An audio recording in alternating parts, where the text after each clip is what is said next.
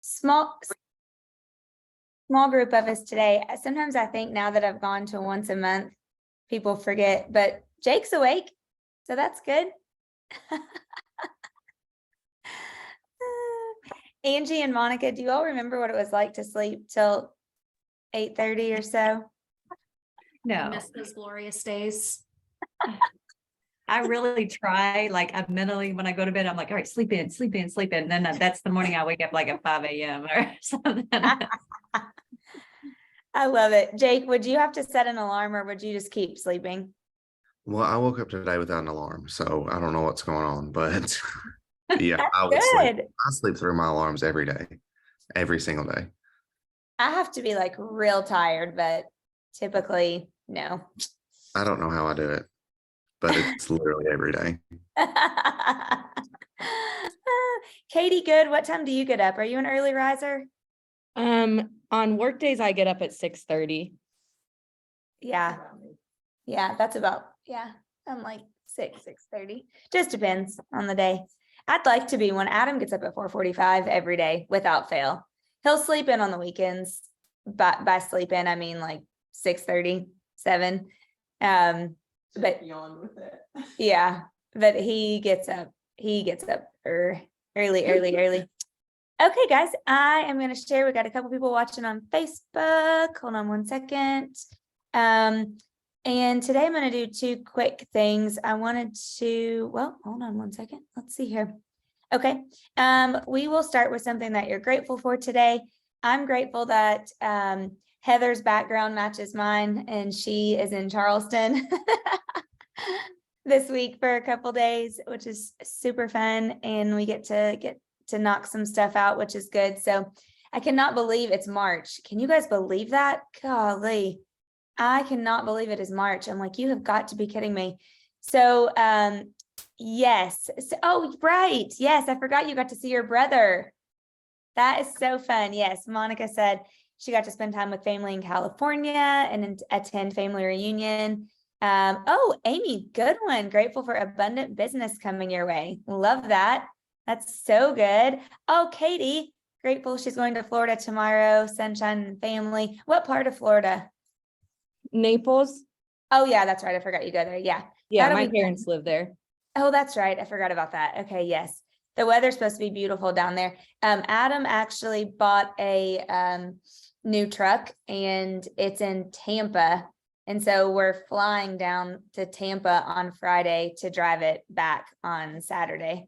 So I won't get to stay very long, but it'll be okay. Yep. Spring market. Oh my gosh. Why are all these things coming over on the side of my computer? Can you see that? Okay. Grateful for spring market that's about to be here. Yes, definitely opportunities. Love it. Better weather, Rebecca. Yes. Yes. It's 80 in Charleston today, or supposed to be 80 and sunny. So I'm happy and grateful for that. So I actually am going to do today a continuation of my my picture of the year. We started those in January and Heather reminded me that I didn't get to finish them. So I'm going to finish those today. But before I do that, I wanted to share with you guys, I recently listened to a podcast episode that I thought was really great from, let's see, I think it was actually a pastor, Chris Hodges, but he had Dr. Nito Quabain on. He is the president of, I think it's North Carolina. I don't know. I can't remember what college, somewhere in North Carolina. And he talked about these 4 things that people should do in their businesses. And I thought this was just a really good thing to start with really quickly. The first one, obviously, is add value. So you want to be adding value in everything that you're doing. The second thing is interpreting the value. So for a lot of you as, say, real estate agents and or business owners, what you know what the value is that you're adding, or you should, but then are you actually interpreting it for them? And then the third one I thought was interesting. Well, let me go back to the value. He said, the people that you serve, their eyes shouldn't go in any direction without seeing what you stand for and what value you give. And I thought that that was really, really, really good. The third one is remove what irritates people. And I actually have heard this before, but I just thought that this was a really good reminder, because sometimes I think when people get in a bad headspace or they have a bad mindset, it's because they've been irritated a lot.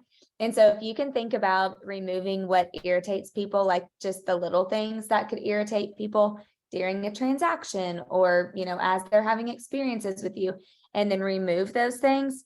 He said, have a day to just discuss the irritants of your people and then figure out how you can get them out of the system. And then the fourth one is to just add wow to the experience. And there's a couple little things with this one. He said that we want our people to turn their head and see wow. And so he said a little exercise that you could do would be to say, what are 3 wows that people walk away with from you when they do business with you? Like if they were going to say, what are the 3 wows, what would they be? And then he said, what, if you're being honest, what are 3 unwows that they may experience or may be experiencing? And how could you change those? And he said, the reason why we want to do this is because we live in a more competitive world than ever. The average American gets more than 5,000 invitations to buy something every single week now, which is like mind blowing to me.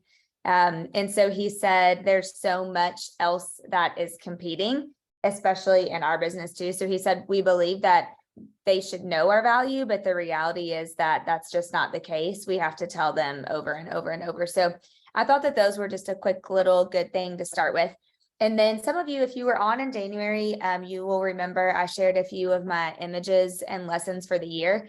If you didn't, you can go back and watch January's, but I'm going to finish them today. And so John Maxwell has taught me this, and I think it's just such a great thing to do. And the reason why we use pictures and images are because images stick. We remember pictures long after words have left us. When we hear a speech, we often remember the story from the speech. And actually, I was just thinking about this when I was looking at this before we hopped on.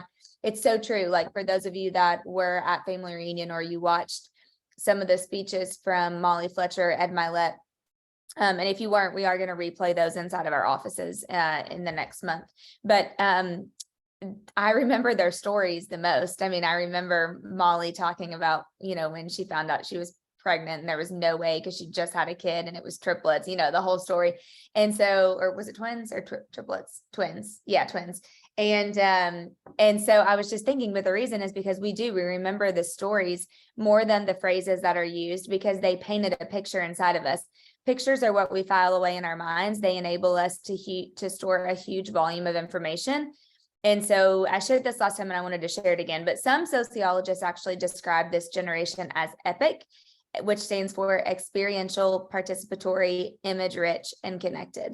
And if that's true, then we get the most out of the resources that that furnish us with images, which spark conversations and lead us to an experience. So I shared, I think, like my first 10 or 11. And so I just wanted to go through. So before I start, if you missed the first one, again, you can go back and watch it. However, the exercises at the end of the year, you go through your camera roll, and I just make like a folder on my camera roll that says, 2022 highlights or something like that.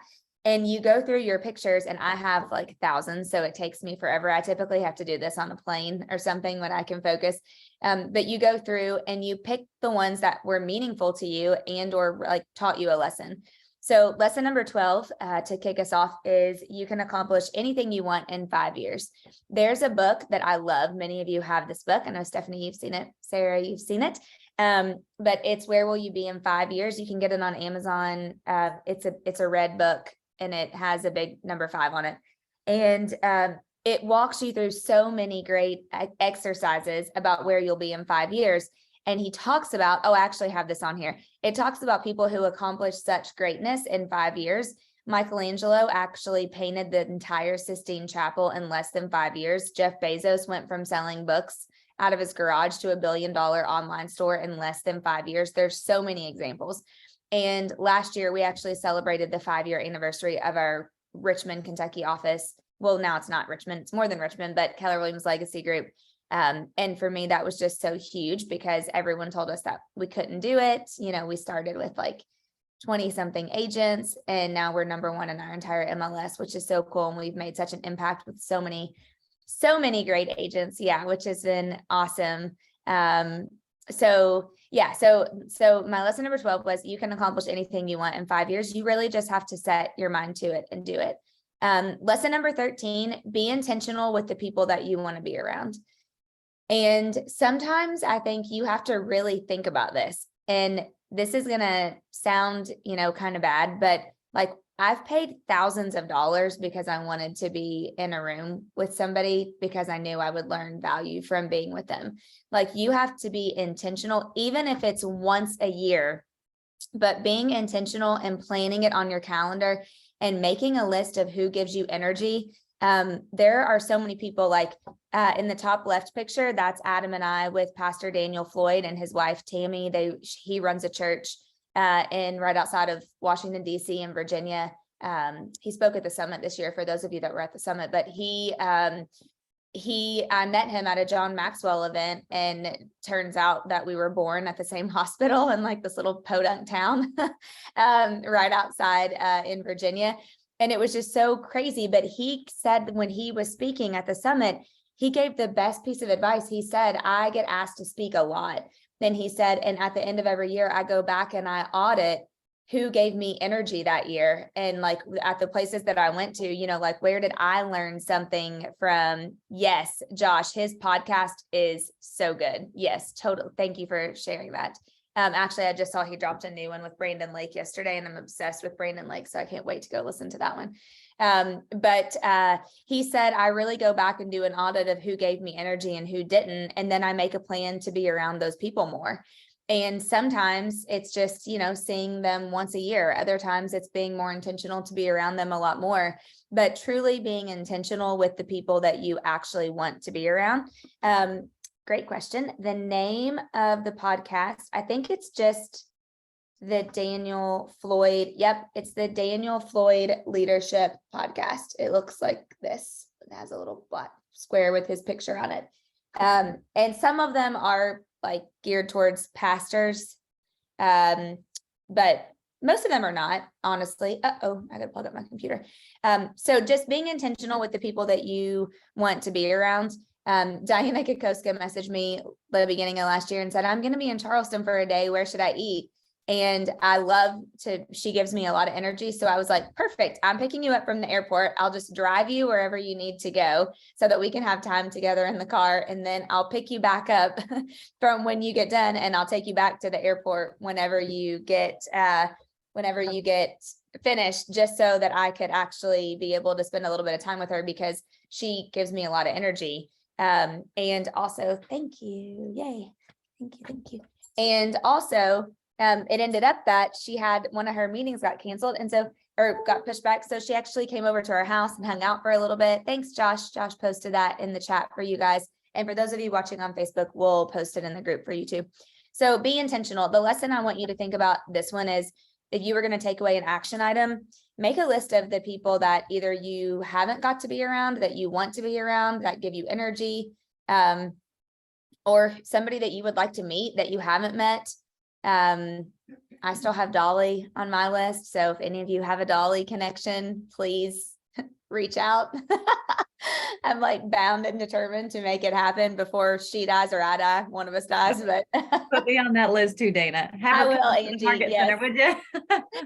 Diana and Linda both have the same list. And I'm like, okay, we just need to figure out a way to like have her somewhere. Maybe we can get Gary to get her somewhere. Okay. Lesson number 14 is get yourself some good friends, because they are good for the soul. And I always heard that last saying of, when God really wants to bless you, he gives you a great friend.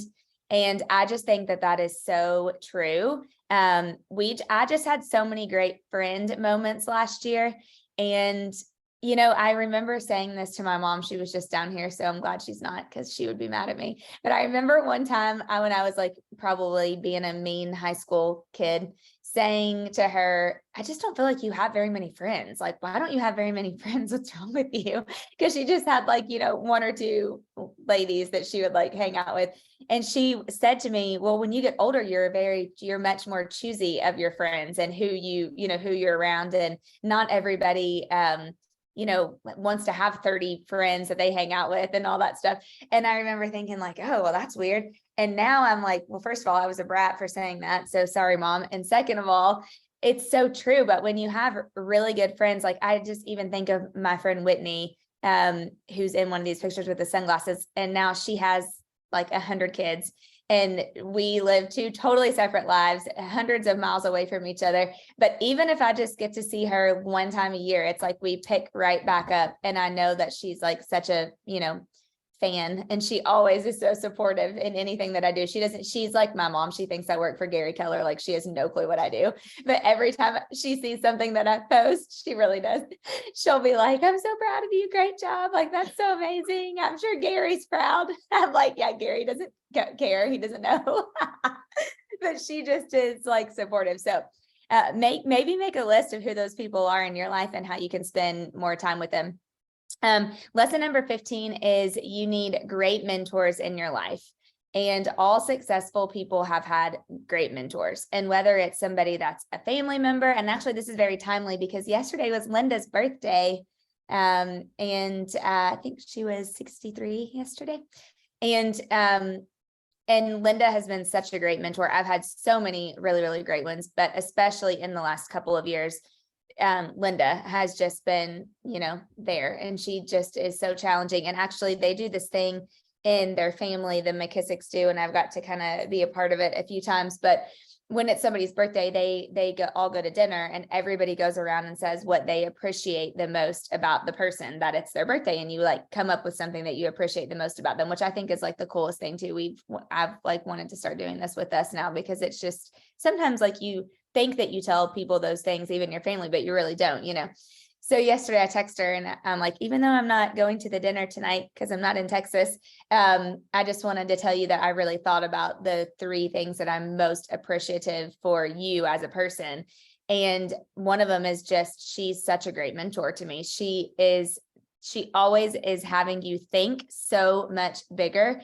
And even when I'm like, no, that's not possible, she's like, are you really thinking big enough? So having great mentors in your life is huge. And I would say, make a list of maybe the ones you have right now. And if you don't have any, that's okay, because I've been there too. But you need to have action items of getting some, and maybe what would they look like? Who would they be? How can you make time to get around them? I can't tell you how many times I've got on a plane, and even Adam and I have, and we've flown to California to be with Linda and Jim for, 3 days, or we've flown to Texas to be in their strategy room for a day or two, because we just needed to like brain dump, or we just needed to have a bigger thinker around us to think about, things that we were doing. So having great mentors. And then of course I have Terry, my coach, in this picture, because she's been so great. And Tony and Diana. So just having really great mentors. Lesson number 16. This one kind of goes without saying, but I also just wanted to make sure that I mentioned it because it is a great lesson. Family is most important always, and we have to be really intentional with our time with our families. Even if you're miles away, if it's important enough, you'll figure out how. I have a goal of seeing my cousin once every single year, like no matter, we don't live close to each other, so no matter what it is, like we just try to get to see each other. We don't try, we do at least once every single year, which sounds so crazy that it's just once a year, but she also has 100 kids. And so when you get a lot, and by the way, to me, 3 or more is 100. Like if you've got 3 or more kids, you got a lot of kids. So I just don't get to see her as frequently. And actually I wasn't going to travel to speak as much this year, and the Virginia region of KW asked me to speak at their cultural summit on March the 15th. And I was like, I'm trying to really focus on what I'm focusing on. However, it's in Richmond, Virginia, which is where she lives. So I was like, perfect, I will do that, because that'll be my time that I get to be with her this year. So just thinking about being intentional, and I don't know about you guys, but sometimes even work and everything else actually can come before being intentional with your family. Like I love, Monica, that you got to be intentional with going to visit your brother, and that worked out so perfectly that maybe you might not have gotten to see him if just figuring out a way to be intentional, because family is most important. And then this is my last one, I think. Yep. And this is number 17. And it is take and make time for yourself. And I put the John Maxwell quote up here. Your perspective is so essential to the success of your life, because how you view things is how you do things. And truly, it's true. If you view things with, you're having a negative mindset, or you are struggling with something, or you view things as like, you know, a victim mentality, then that's how you show up. Like, that's how you're going to show up to the people around you. That's how you're going to show up to people that you lead, all of those things. And I posted this because back in the fall last year, I had a day where I woke up and I was so anxious. And I don't know if you guys ever have those days, but I'm like, I woke up and immediately I just was anxious, and I felt like I had a million things I needed to do. I had a million calls and emails to return. I was supposed to be on 100 Zooms probably that day. And I just was so anxious, and I was like, I'm not doing any of that today. Like, I need to take a day that's just for me. And I took this picture, which is so ugly because I probably have no makeup on and, you know, nothing. Actually, I think I have the same headband and dirty hair right now, but I went, and it happened to be like sunny outside. It wasn't warm, but the sun was out, and I took my chair and I went for a walk, and I sat in this little like inlet in our neighborhood, and I just watched the boats go by, and I stayed for hours. I think I stayed for like 6 hours, and I turned off everything and I listened to the book, the Chick-fil-A and Covert Cows book. That was when I read that for the first time. I'm pretty sure I listened to the whole book just while I was sitting there that day. And it was amazing.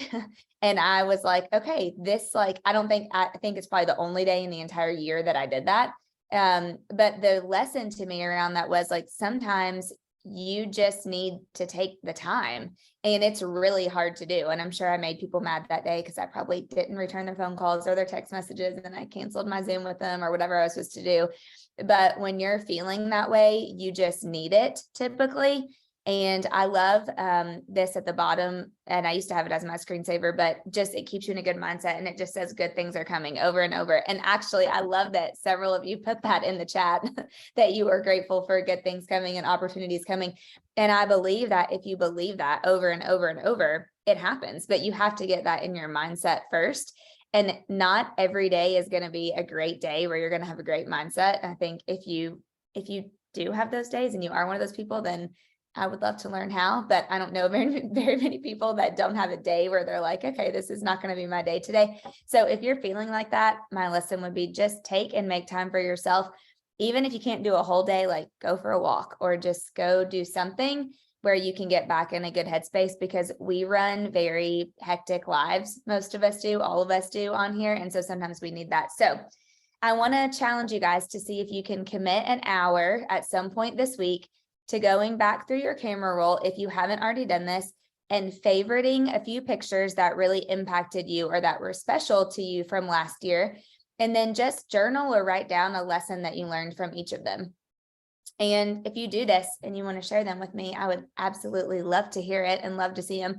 It is truly my favorite part of the John Maxwell event every single year. And last year, you guys, he didn't do it. Everybody was so upset. And I put that on my little comment feedback. I'm like, bring back John's lessons from his camera roll, because it's like the best things I've learned. So I remember them and learned so much from them, almost more than the speakers do. So hopefully you guys got some good lessons out of those, and happy Wednesday. If you guys ever need anything, let me know. Otherwise, I'll see you